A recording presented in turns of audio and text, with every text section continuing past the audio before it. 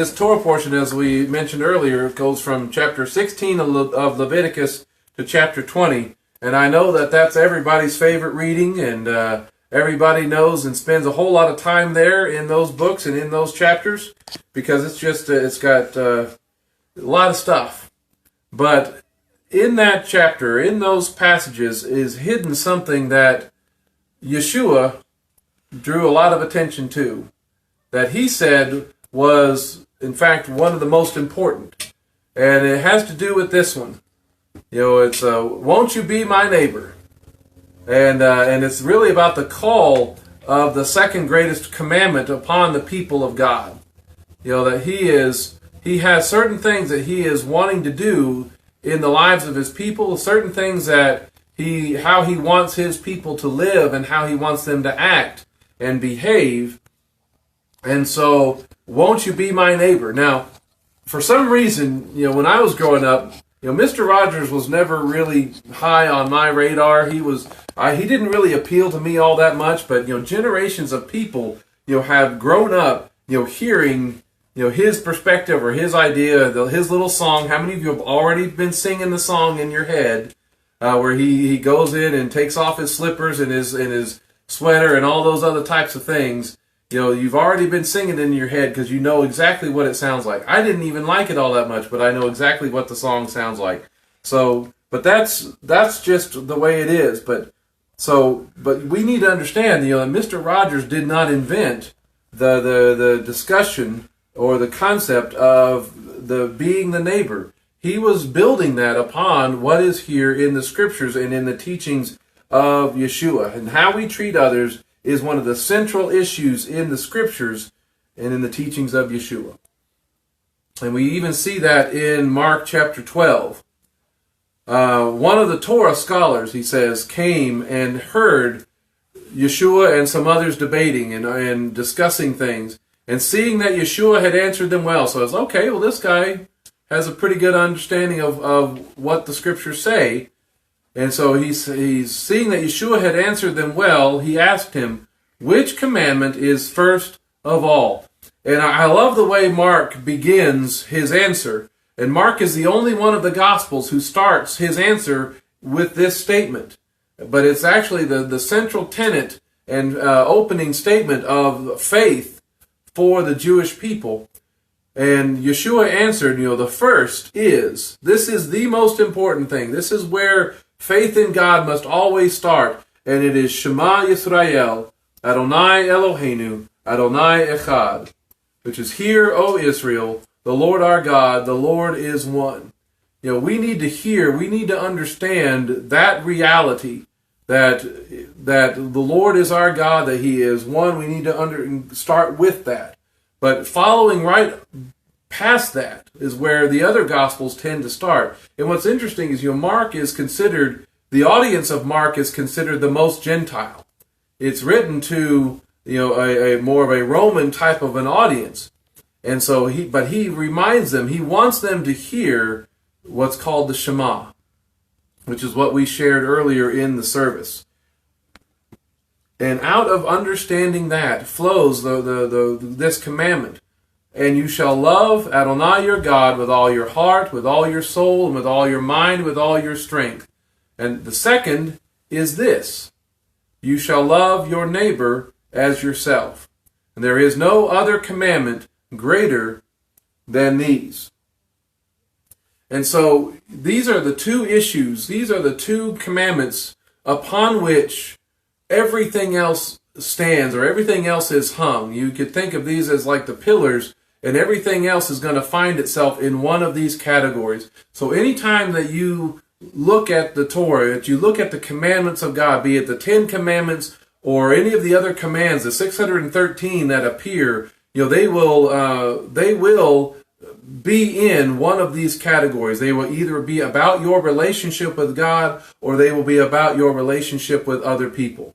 And so everything hangs and builds upon these two statements. This is like if you were developing an outline for a presentation or a sermon. These are your major headings, and everything else are your points underneath it. So you would think, given the prominence that Yeshua gives to this concept. A lot of people talk a lot about loving God, and that's a great thing. We need to understand that. We need to know that. That is our starting point. But as much as Yeshua gives to this concept of neighbor, we would think that it would be a more taught concept, a more understood concept, because it does come up so frequently in the New Testament that we would think that we would search out the meaning of this concept, the source of where Yeshua is coming from, because Yeshua didn't invent this second greatest commandment himself. But we see it in Matthew chapter 5, verse 43. You've heard that it says, love your neighbor and hate your enemy. So again, the concept of neighbor has been in there. Luke chapter 19, verse 29, and he's asking the question, and who is my neighbor? Romans chapter 13, verse 10 says, love does no harm to a neighbor. Therefore, love is the fullness of the Torah. And even James chapter 2, verse 8 talks about the royal law or the king's law and quotes this same statement, to love your neighbor as yourself. So it is a very prominent concept in the life of the New Testament, in the life of the apostolic writings and the early believing community. But it was a concept that had existed already. It was not brand new. But I was wanting to take a look at some of these words that make up the word neighbor, plasion. It's translated as neighbor 16 times. It's also talked about in terms of being a friend or someone or something that's near to you or close by, and it's translated like that one time. And it can talk about any other person or where two are concerned, the other, your fellow, your neighbor. And according to the Jews, this is all out of Strong's Concordance and such like that any member of the Hebrew nation and commonwealth.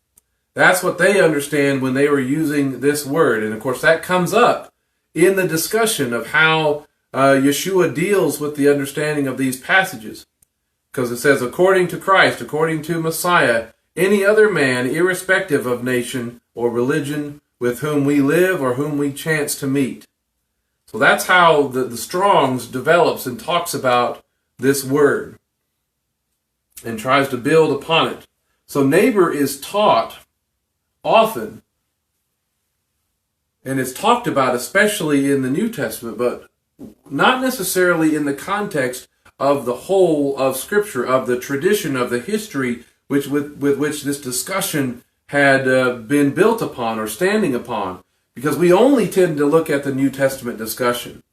And those are important, don't get me wrong, but we make it something abstract concepts, about being a decent person, but we don't necessarily in the concrete ways that the Torah talks about being a neighbor, that the Torah draws from, that this Jewish culture had been built upon. And I say that because until a few years ago, I couldn't tell you where in the Scriptures Yeshua found this statement. And I probably could have told you or found pretty quickly the Shema about loving God with all your heart, soul, mind, and strength, but I would not have been able to tell you where love your neighbor as yourself could be found. We know the first one that comes out of that primary statement of faith for the Jewish people, the Shema. But love thy neighbor is actually right here in this Torah portion, in the book that most of us actually tend to avoid. We don't tend to look into it. We tend to skip over or fall asleep in Leviticus. I mean, when you're reading through the Bible, sometimes I know many of you can tell me that Leviticus is one of the harder places, harder books to get through for you. And that's a reality. But there are so many good things that are there in Leviticus that you need to spend more time looking at it. In fact, when you look at the Hebrew and the Jewish culture, when they start teaching their children the Torah, they tend to start them, at 5 and 6 years old with Leviticus. And I was sharing that with somebody earlier this week because that seems kind of counterintuitive to us. We want to think about God as creator and all of these other different things. We always talk about starting him in Genesis. But for the Jewish people, they start typically in Leviticus because it is the most, black and white. It is the most concrete thinking. And children, when they're growing up 5, 6 years old, they are concrete, literal thinkers. Abstract ideas, for most, are more difficult to get their head around. So they need something that's much more tangible, much more relatable, much more that they can get their minds around at that age. And then out of understanding God as their shield and their defender, as their rock, as all those other types of tangible concepts, then they can then build into the teaching and the understanding of God as their creator, their redeemer, and other things like that. So many of these are very tangible ways in which they can understand and seek the Torah. And so it's, again, the discussion about the love your neighbor is here in Leviticus. It's actually in Leviticus 19. And he says, "You are not to take vengeance, nor bear any grudge against the children of your people, but love your neighbor as yourself, for I am Adonai." And that's just it's right there. It's right in the middle of this chapter. Love your neighbor, and it's almost like it's an addendum or an add-on statement to this larger discussion that he's having. But Yeshua draws everybody's attention to it and says, this is the most important. This is the second greatest commandment. We really need to understand this concept. And when you look at that word, when he's talking about neighbor, it's this Hebrew word, ra'ah, and it means a friend or companion, a fellow, or another person. It's talked about in this is all out of Strong's and such, as talking about a fellow citizen or an intimate friend. And when you look at how the King James translates this, it translates it as neighbor 102 times, friend 42 times, another as in someone else 23 times, or companion 5 times. And the first time it's ever used is in Genesis chapter 11. And it's actually in a negative context where it's talking about the Tower of Babel. And it says, they said to each other, or they said to one another. So it's talked to those that are nearby, to those that are right next to them. And of course the human population had been gathered together in that place, resisting God. But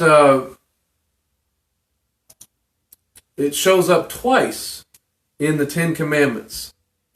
In Exodus chapter 20, verses 16 and 17. And that's where we see that it says, do not bear false witness against your neighbor. And do not covet your neighbor's house, your neighbor's wife, his manservant, his maidservant, his ox, his donkey, or anything that is your neighbor's. So, right off the bat, here as we are in the Ten Commandments, we learn something in Scripture about how this word is used. Because the Ten Commandments start with this pattern. It starts with our relationship with God in what's called, the first table. I am the Lord your God who brought you up out of the land of Egypt. You shall have no other gods before me. So he's talking about the first table. But then in the second part of the Ten Commandments, it moves to our relationship with others in what's called the second table. So clearly, the concept of neighbor and how we treat each other, first and foremost, we need to understand that is an important concept to God. And that's the same in the Old Testament as in the New Testament.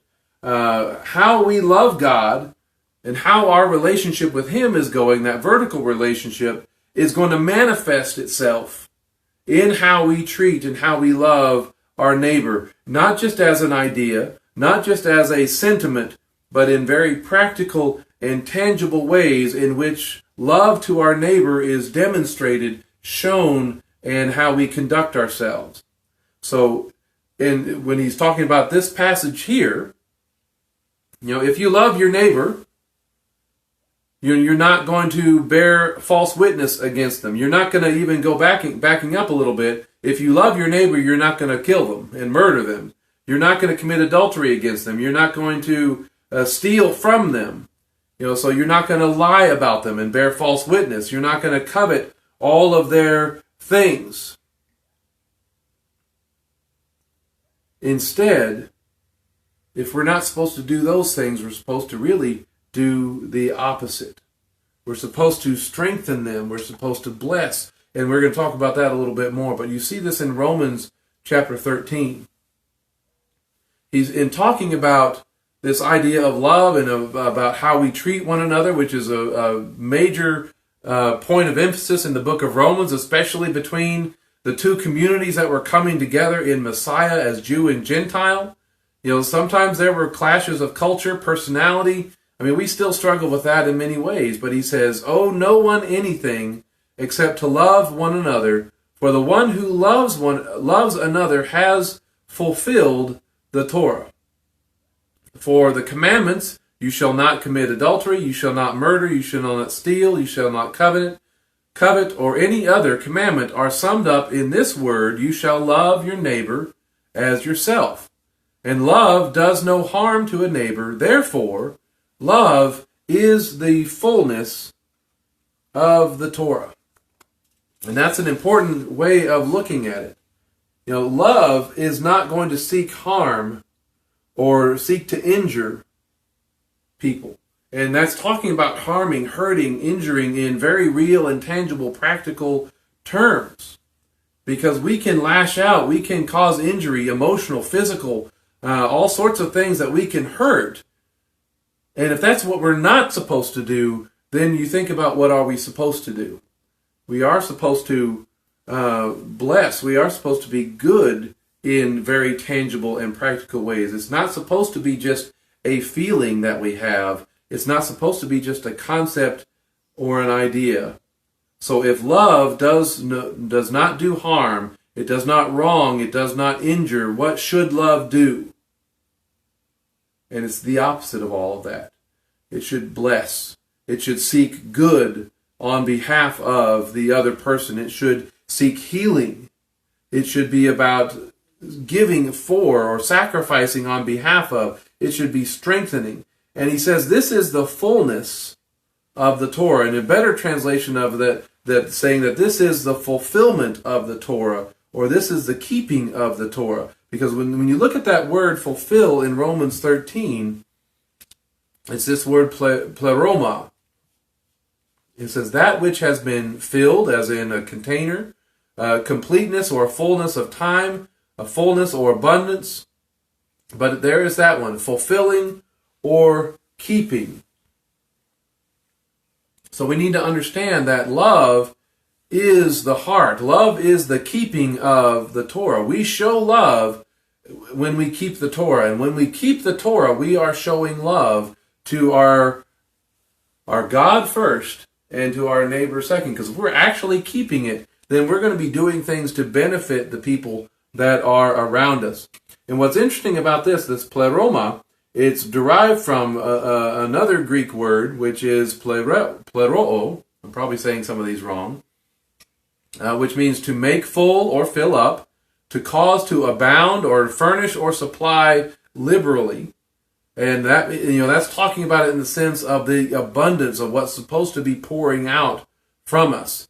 To render full or complete, and to carry into effect or bring to realization. So when it's talking about fulfilling the Torah or keeping the Torah, it's about putting these things into practice, is what this word means, to perform or execute. And this one I really like. This is all out of Strong's and such. It says, to cause God's will, as made known in the law or made known in the Torah, to be obeyed as it should be. That's how this Greek word, pleroo, is to be used. And its first usage, or it's not first usage, but its most common usage, or one that we see and talk about the most, is in Matthew chapter 5, verse 17, when Yeshua is talking about the Torah of God, when he's talking about the law of God, saying, I have not come to abolish, but to fulfill it. And we almost translate that word, or we in traditional theology treat the word fulfill with the same definition of the word abolish. We think it's done away with. But no, he's saying this is to perform it. This is to execute it. This is to cause God's will to be obeyed as it should be. I have not come to abolish the Torah, but to cause God's will to be obeyed. That's what this word is based on. And so love is the fulfillment of the Torah. And it's actually used back in chapter or verse 8 of 13 in Romans. So we, in our culture, we want to make and define love with our own definitions of the way we understand it, the way we think it should be. And we want to have our own examples of what love looks like. And we're having all sorts of debates and discussions in our government, in our culture at this time, that tries to say, well, loving your neighbor means just giving them everything in the world, or loving your neighbor means accepting and endorsing or making lawful and celebrating any kind of behavior, any kind of decision that if someone makes, then that love means that you're okay with that, and that's great. That's drug use, sexuality, immorality, self-identification not based on biological reality. And so they define hatred. If love is giving, hey, you just do what you do. If that's love, then they define hatred as anything or anyone who does not embrace those things. So we have flipped the definition of these words from what Scripture says, because so many of those things that our culture and our government even wants to tell us to embrace and celebrate or make lawful, those are the things that Scripture says not to do. See, we have to let the Scriptures define these things, define what love is, and see the pattern and examples of love that the Scriptures give, because love is the keeping of the Torah. First, for our love for God. Love is that trust and obey. We trust Him. We depend on Him. We look to Him for our salvation. But there's obedience is also a part of that love, because Yeshua Himself says, if you love me, you will obey my commandments. So out of that love for Him, when we truly have a better understanding of our love for Him, when we are living and obeying and doing all the things that He calls us to do, out of that love for Him, we'll be better able to love our neighbor, because we understand that He loves them. And because He loves them, so should we. Because He loves them, we need to be about demonstrating God's love to them, because those people, regardless of who they are, where they're from, they are also made in the image of God. And when we love God as He defines it, He has to speak for Himself, and the Scriptures speak for Him, as His Word. And when we love God as He defines it in the Torah, we'll also obey Him in loving our neighbor as the Torah defines it. Because again, love is the keeping of the Torah. Love is wanting the best for our neighbor. And really, God's instruction, God's Word, God's Torah is the best for us. His Word is perfect. It revives and restores the soul. His judgments are right. We walk about in freedom because we have and keep His Torah. He has given us everything we need for life and godliness, as Peter says. And how do we know what that is? Through His Word. He has given us all of those things. The Torah is holy, righteous, and good, as Paul talks about in Romans. So love, in many ways, is providing God's provision, providing God's best for your neighbor. And what's interesting about that, we were looking at the word about neighbor, ra'ah, friend, companion, fellow citizen, and all that stuff. It actually comes from a different Hebrew word. It's built off of this other Hebrew word, which is ra'ah, which means to pasture, to tend, graze, or feed. In other words, to shepherd. That's what friend or neighbor, that's what neighbor really comes from. It's built off of this idea and understanding of being a shepherd, to associate with or to be a friend for. And so when you are someone's neighbor, when you recognize that someone is your neighbor, then you seek the best for them. You seek to feed them. You seek to shepherd them. You don't want to lead them over a cliff. You lead them to those good places. The King James translates this word, feed, 75 times, shepherd 63 times, pastor even 8 times. And its first usage is in Genesis chapter 4 in talking about Abel becoming a shepherd. And who is he being a neighbor to? Well, he's being a neighbor. His neighbors, in this sense, are his flocks, his sheep. And when you read Psalm 23, the Lord is my shepherd, it's this word ra'ah, out of which the word neighbor comes. So love for your neighbor means that you are wanting to see them to be shepherded by the Good Shepherd in the same way that you are being shepherded by the Good Shepherd.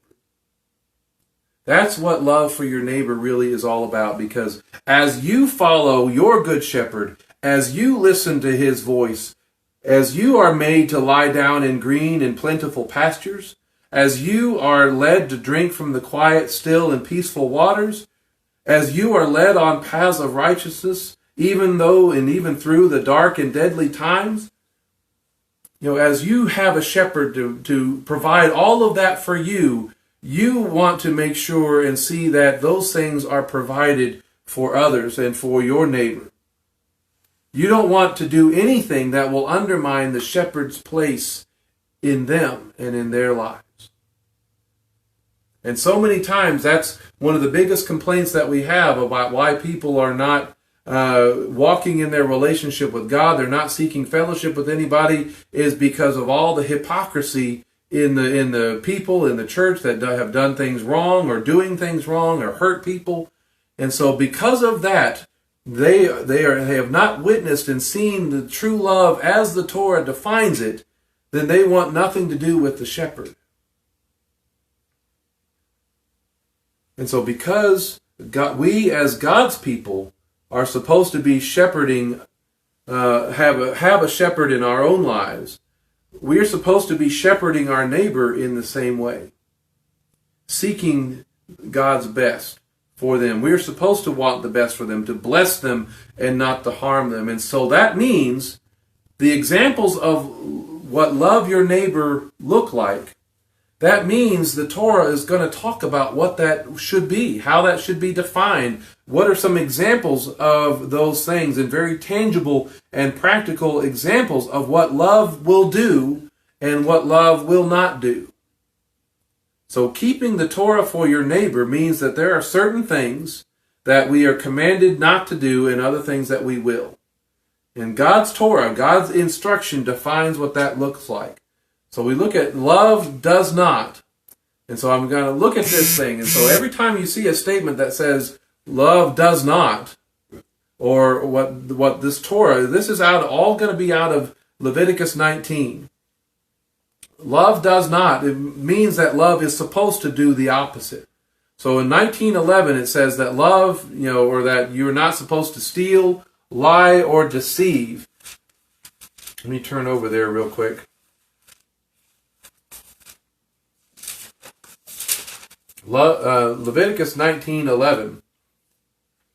You are not to steal, you are not to lie, you are not to deceive one another. Okay? That's pretty straightforward. And if you're not supposed to do those things, if love does not do that kind of a thing, then what's the opposite of that? If love does not lie, steal, or deceive, then love does give, it does tell the truth, and it does speak the truth. Right? Verse 12, he says in verse 12, you are not to swear by my name falsely, and so profane the name of your God. I am Adonai.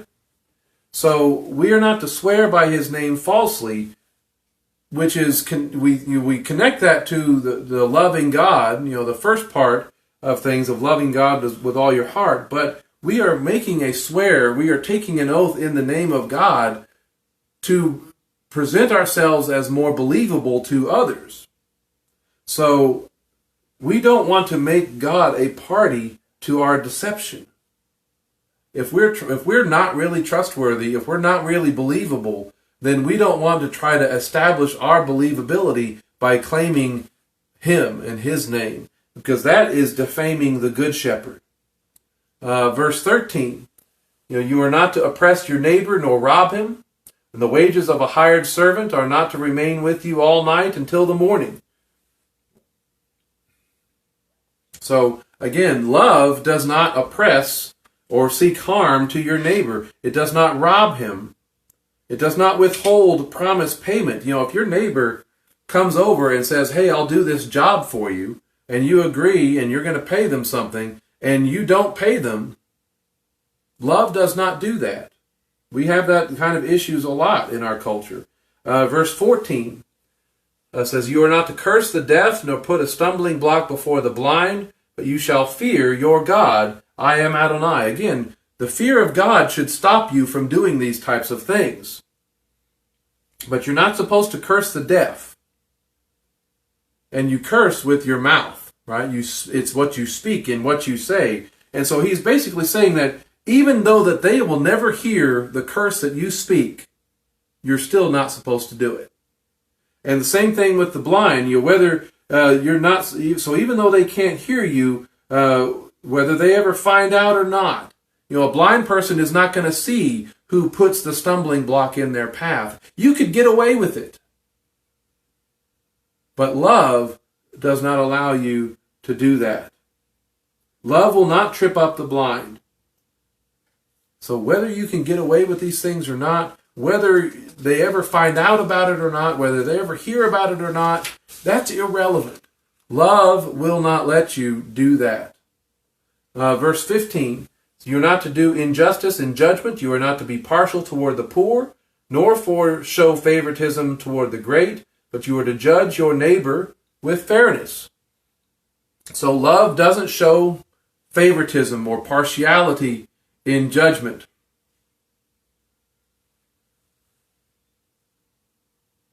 Hello, I'm getting caught up here. Love does not show favoritism and partiality in judgment. You don't favor the wealthy because they are powerful or they have a lot of money, but nor do you favor the poor because they have nothing and the wealthy can afford it. That's something that you hear some people say is like, well, I can steal from this store, from this Walmart or this big corporation because they've got plenty of money. That makes no difference when it comes to justice. You are supposed to judge your neighbor with fairness. Verse 16 of 19. You are not to go up and down as a talebearer among your people. And that was an interesting one. You're not supposed to slander your neighbor. You're not supposed to make up stuff. Love does not make up lies and stories about people and hurt and damage their reputation. It also says in verse 16, will not endanger the life of your neighbor. So you're not going to do things that put them at risk. And I like the way we were looking at this last night, how the Complete Jewish Bible translates this, that it says, you will not stand idly by when your neighbor's life is at stake. Boy, how many times has that come up? How much did that come up in the Holocaust, in World War II? When your neighbor, when someone who's being persecuted, when their life is at stake, when they are deemed an enemy of the people, are you willing to put your life on the line to protect them, to help them, to carry them through? That's so many people help Jewish people survive and hide and get out. And those are the people that are remembered for what they did. And these are things that are probably going to be coming up again in our near future. We're already getting encouraged by members of the government to turn each other in for things that are deemed unacceptable. And that's a small step from where we are today to terrible things in the future. They may not be or seem like a big deal. You may even agree with most of them right now. But once you get conditioned to start turning in your neighbors, it's a small step for once they deem something else as unacceptable to society and you're participating in atrocity. It does not take much. So love goes on in verse 15. That's where we were. Verse 17, verse 17 says, you are not to hate your brother in your heart. So love does not hate. And hate in this word actually literally means be an enemy to. You're not supposed to be an enemy to your brother in your heart. It also goes on, but it also says this. You are to firmly rebuke your neighbor and not bear sin because of him. You are not to bear sin because of your neighbor. So when your neighbor is doing something wrong and they want you to get in on it, love does not. Love does not join them in their folly or in their evil and the things that they are doing that are wrong, as defined by what? As defined by the Torah of God. All right? So it also says in verse 18, these are all practical, tangible ways that love acts. Verse 18, you are not to take vengeance nor bear any grudge against the children of your people, but love your neighbor as yourself. That's that passage. Not take vengeance on. You let vengeance be the Lord's. You do not punish children or other family members for the actions of somebody else. Verse 20, love does not take advantage of power over somebody else. And this is, a man who lies with a woman who is a slave girl. How much has this been in the news lately, even with political candidates and such, that you don't take advantage of the power that you have over somebody who is dependent upon you or has to be working underneath you or something else to that effect. Love does not take advantage of their power. Verse 26, love does not use enchantments or practice sorcery. Verse 26 says you are not to eat any meat with the blood still in it, nor are you to use enchantments or practice sorcery. So many of these things are statements about you're trying to affect somebody else's life, be a detriment to them to be a benefit to you. You want something to go against them so it'll help you, or you want something to affect them that does also benefit and help you. You're not supposed to try to control and manipulate forces like that, because when you're doing that, what are you really doing? You're messing up the first commandment about loving God with all your heart, soul, mind, and strength. Verse 29, it talks about not defiling your daughter and to making her into a prostitute and such as that. Your daughter is not a commodity. Love does not treat your children like that. So they're not to be bought and sold. Verse 31, it says also another statement similar to one of the other ones. Do not turn to those who are mediums or to soothsayers. Do not seek them out to be defiled by them, for I am Adonai, your God. So you don't seek out the mediums, those who consult the dead or consult the spirits and things like that. Love does not do that. Neither does love seek the soothsayers, those who can read or predict your future. Love doesn't do that, because again, that's about trying to control and manipulate outcomes or get secret truths or whatever else. And in doing those things, you're messing up the first commandment about loving God. Verse 33 says, if an outsider dwells with you in your land, you should do him no wrong. That's what you should do the outsider no wrong. Love does not do them wrong. Therefore, love should do the right things to them. Verse 35, love is not dishonest in judgment or measurements and scales is what that word is supposed to be. He says, you must not be dishonest in judgment, in measurements, of length, weight, or of quantity. You are to have honest balances, honest weights, honest bushel measure, and an honest gallon. All right, so those are examples of how you conduct yourself in business, how you conduct yourself in trade. Are you a decent person, or are you cheating people? So if these are the kinds of things that love does not do, then there are also some statements of that love is supposed to do. Back in chapter 19, verse 1, he says, "You shall be the holy ones, for he is holy." And love, if you're not acting in love, you don't really have any interest in holiness. Verse 3, each one of you is to respect his mother and his father. All right, so love is going to honor and respect your father and mother. Verse 9, he says that when you reap the harvest of your land, you are not to reap to the very corners of your field, nor are you to gather the gleanings of your harvest. You are not to pick the remnants of your vineyard, nor are you to gather the fallen grapes of your vineyard. Instead, you are to leave them for the poor and for the outsider. For I am Adonai, your God. So you don't do the corners and the gleanings. All those things you're not supposed to try to go around and collect every little bit, every little piece, or something that could be used for someone else. Or you're not supposed to try to hoard everything, as we've had some people trying to do lately, in hoarding things at the store, toilet paper, all those. Y'all remember that a few weeks ago? You're supposed to leave some things for others, for the poor and for the needy.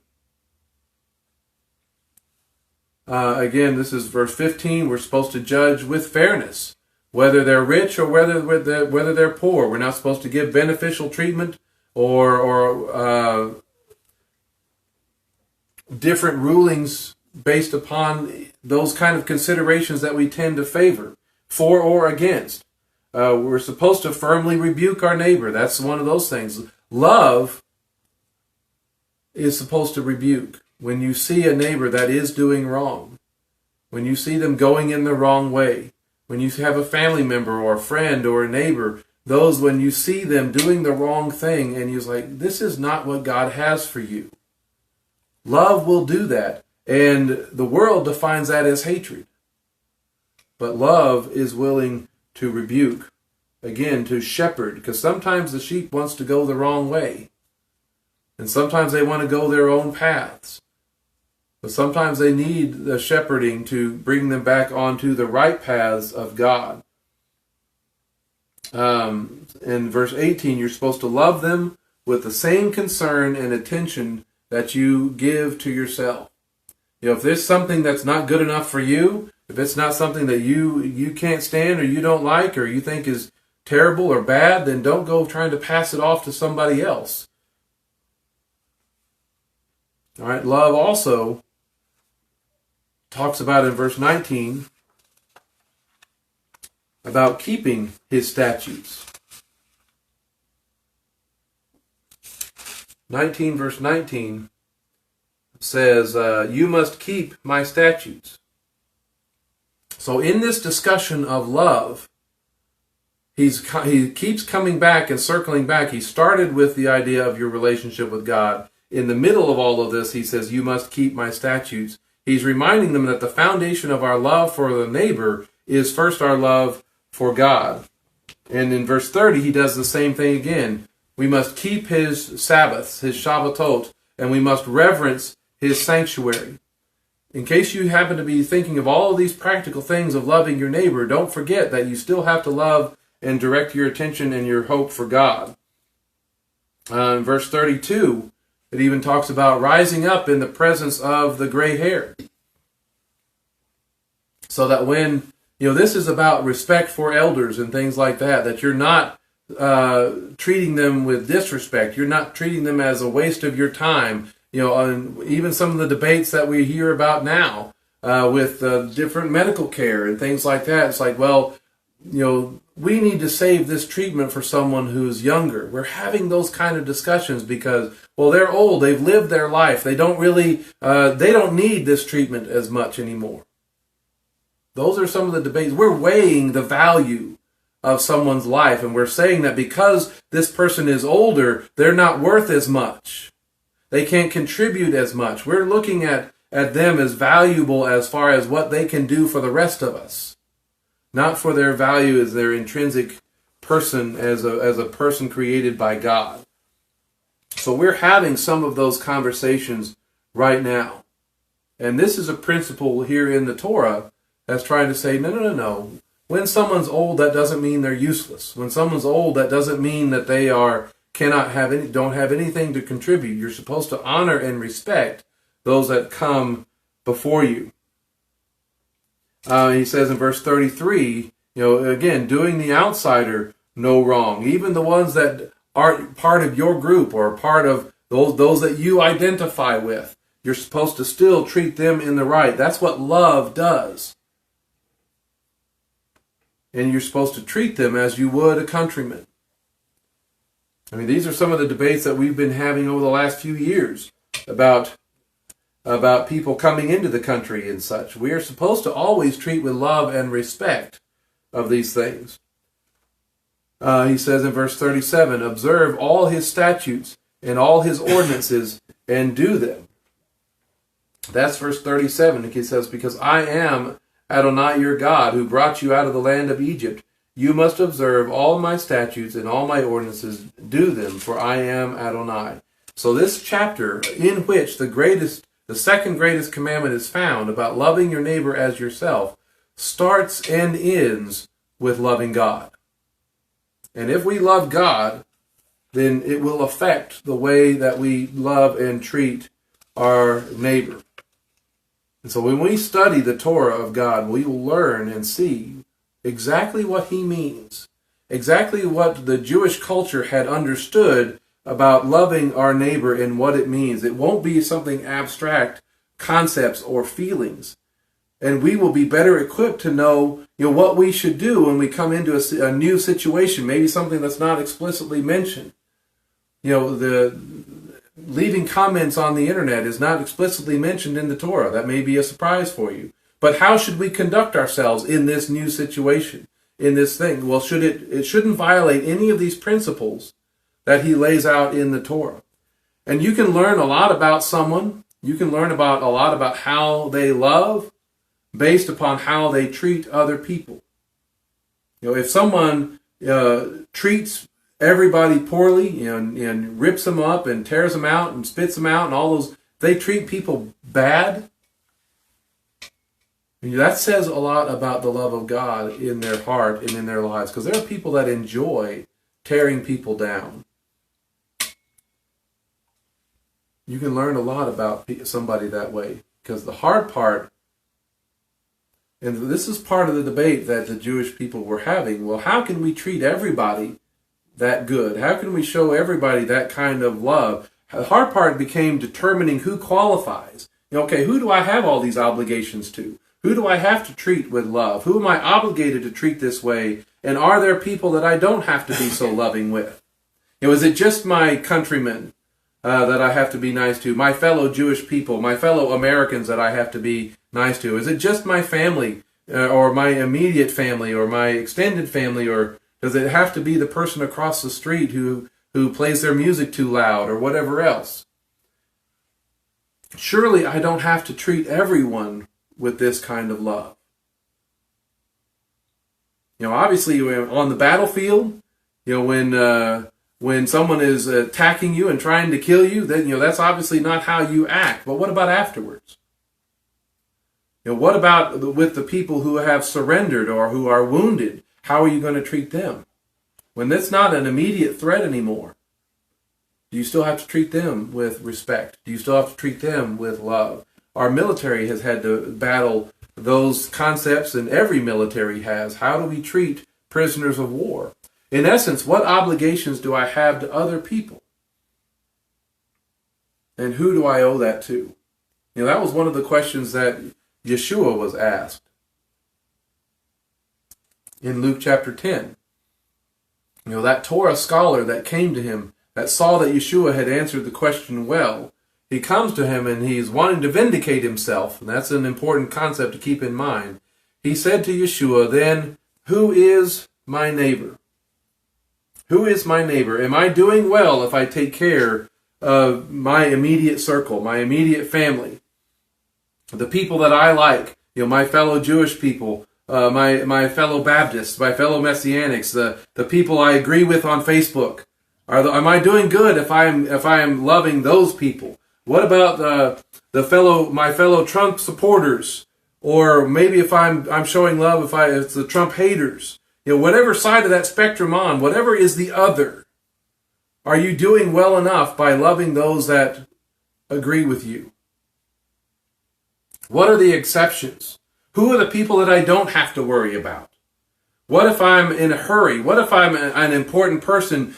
And what if I'm doing important things? Do I have an exemption? And so Yeshua is asked that question.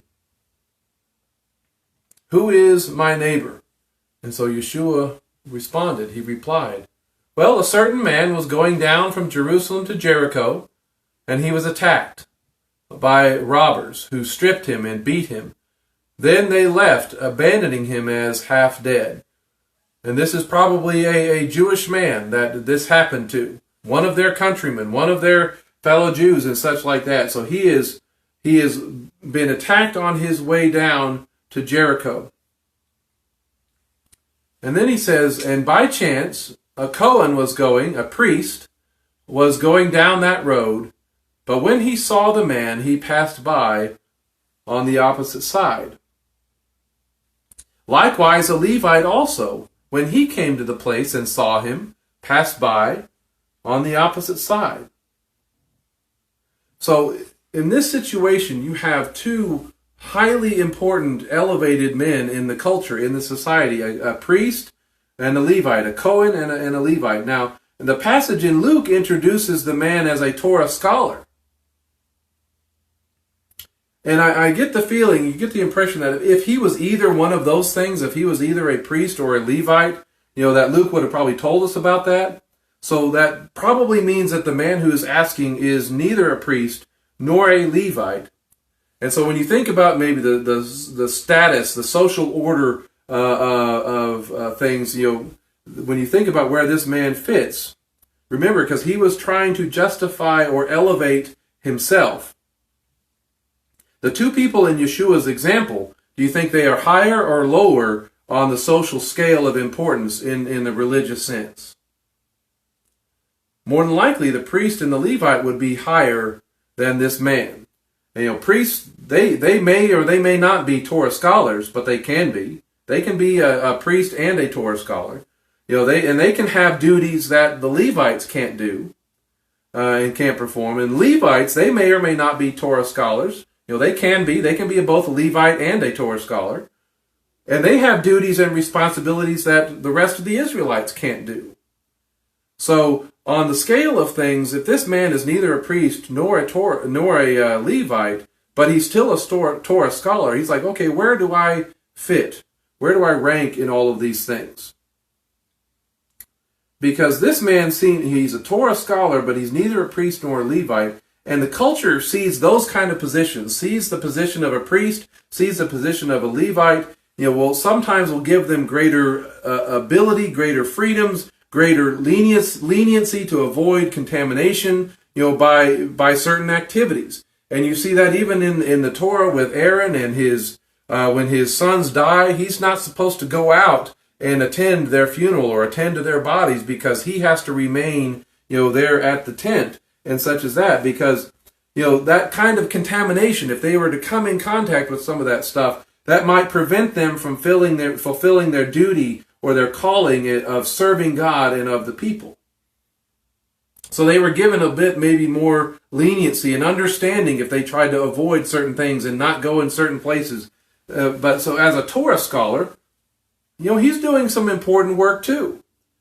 Can I have some of that permission? Can I have some of that leniency? Can I have my ivory tower where I'm excused from interacting with the unclean and huddled masses, like academia and academics sometimes have today? But Yeshua comes into this situation and he tells this parable about this man who is attacked on the road and a priest comes by and passes around. The Levite comes and passes by and don't stop and help him. The priest and the Levite passed this man attacked on the side of the road, and there are many elements in the culture, many elements in the culture of the day would say that they're okay in doing that. They were right in passing by because they had important work to do on behalf of God. They seemed to be going in the same direction, like they were going towards Jericho. Maybe they were on an errand. They had to get down there so they could come back, something vitally needed for the temple. Or maybe they were headed home. Maybe they had just finished their time of service in Jerusalem and at the temple and such, and they were headed home. Whatever the reason was that they were traveling, we need to understand that Yeshua is not even giving them approval or permission to pass by on the other side of the road. The priest and the Levite are being used as a negative example of what not to do. That even in spite of the fact that they are the priest, in spite of the fact that they are the Levite, their elevated status does not give them permission to avoid compassion on someone in need.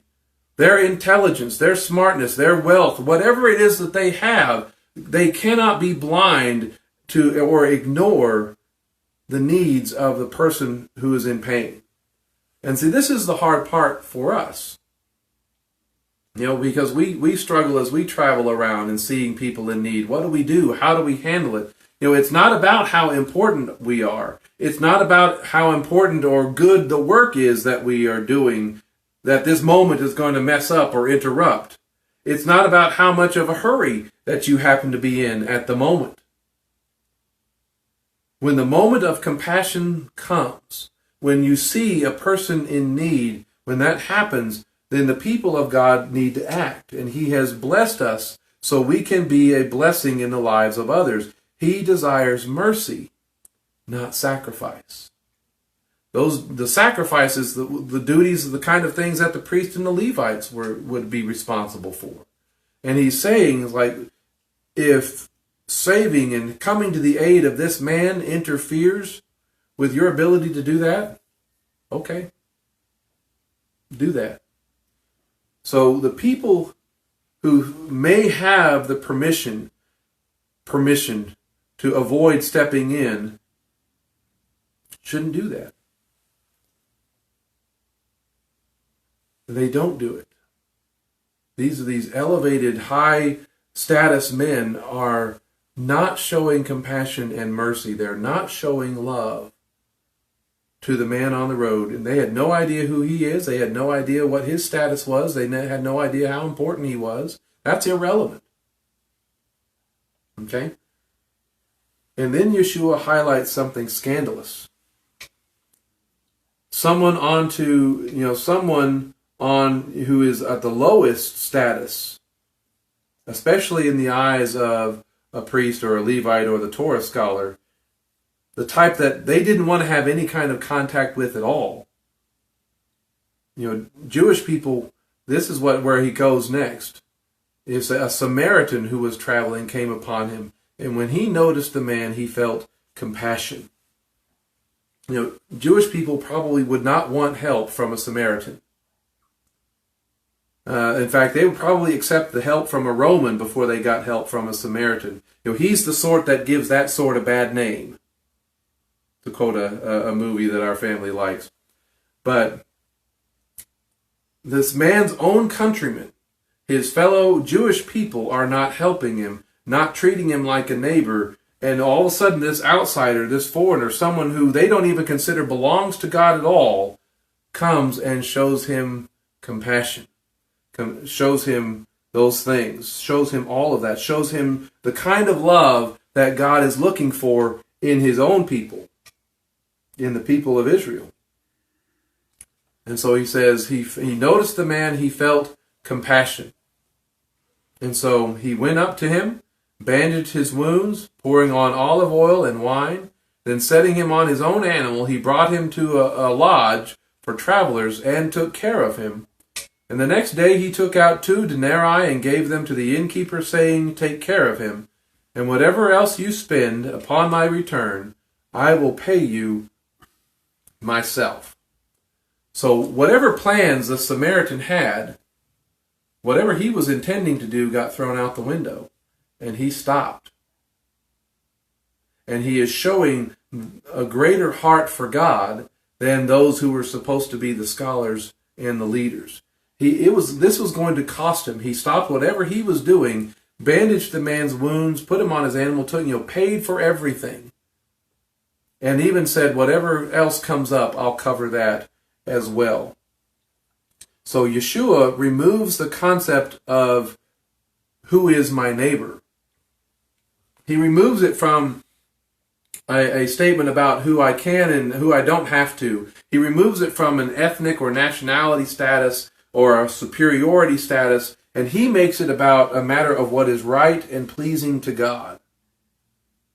And there's so many similar other concepts that are like this, that if you're sacrificing, if you're studying, if you have a gift at the altar, so to speak, if you're obeying the Torah, if you're pronouncing his name correctly, if you're living by the right calendar, if you're worshiping and singing at the top of your voice, but you have not love and compassion, then you are nothing more than a noisy gong and a clanging cymbal.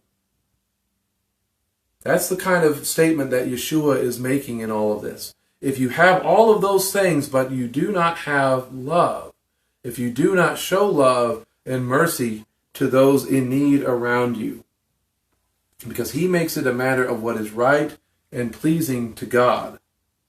So if you're doing all of those things, you need to understand that loving your neighbor is right up there with worship. Right up there with showing the love in the heart of God. Loving your neighbor is not about status, it's not about exemptions, but about your love for him. Because you know that he has shown compassion and provision for you. You who have been forgiven much should also love much. You who have been shown mercy, you need to show mercy and show compassion and speak blessing into the lives of others. You are to speak peace into the lives of others. You are to act in peace, in shalom, for others. And so when Yeshua comes back to the man after telling this little parable, he says, which of these three seems to you a neighbor to the one attacked by the robbers? And he said to him, the one who showed mercy to him. And Yeshua said to him, go and you do the same. Make this your identity. Make this who you are. This needs to, it's not just about what you believe or you're going to church or not going to church. How you believe and your love for God should change how we affect and how we interact with others. Are we cruel? Are we mean? Do our words bless or do they curse? Do our actions show compassion and things like that? If we love God with all our heart, soul, mind, and strength, then we will, by nature, by a direct outflowing of those things, we will then also show love and love our neighbor as ourselves. Because again, as Paul was saying in Romans 13, love is the keeping of the Torah. And Yeshua calls all of us to it.